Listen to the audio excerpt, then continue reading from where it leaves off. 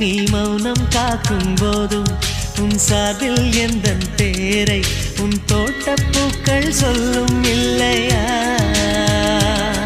ஒரு தென்றல் தட்டும் போதும் கடும் புயலே முட்டும் போதும் அடப்பூக்கள் பொய்கள் சொல்வதில்லை.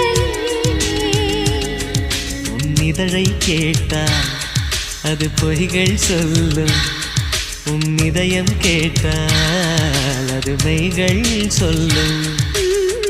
இதயத்தை கேட்க நேரமில்லை, இதுவரை இதயத்தில் யாருமில்லை. சந்தம் கிடைத்தால் துணைவா?